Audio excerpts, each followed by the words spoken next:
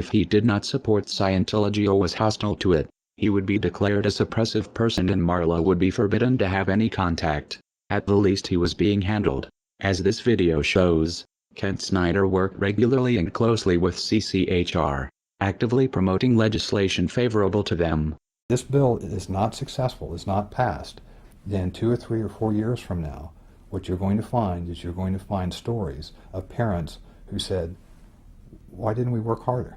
My child is now subject to mental screening. He's now subject to therapy. There's all sorts of coercive measures that are going on.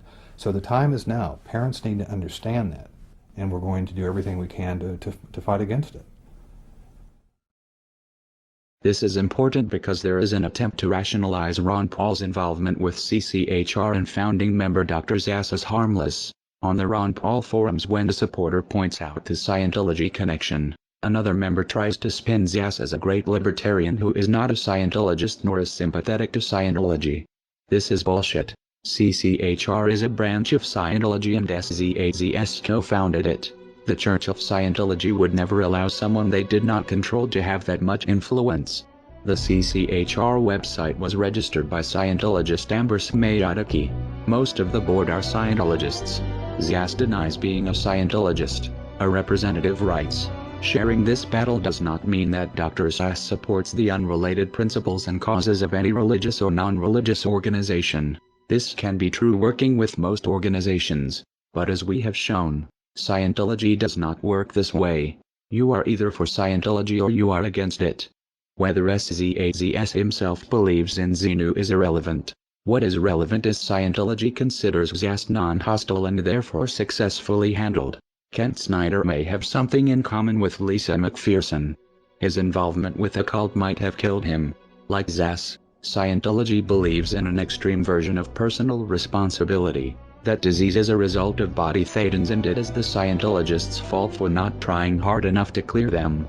If they did, goes the theory, they would be free of disease. Zass doesn't push body thetans, but he does promote a dangerous distorted idea of mental illness that has the same potential effect, discouraging people from getting help because according to him any problems they have are imaginary.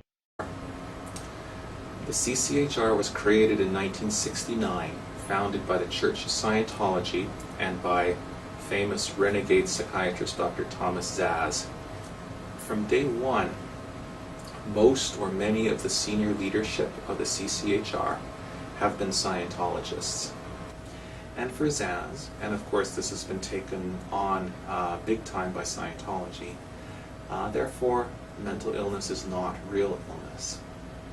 It is possible Kent Snyder's untreated illness and death was a result of adopting the Scientologist beliefs that his illness was his fault or not real. It would explain why he had no health insurance. Many Scientologists don't.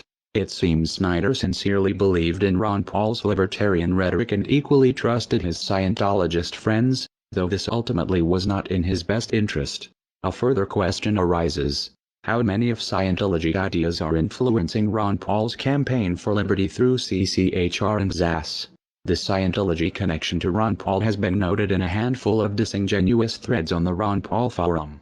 They are disingenuous because they ask questions a Google search can answer in seconds, yet few people link to these results. The threads are phishing members to see how much Paul supporters know about the connection, and when someone appears knowledgeable, the information is spun.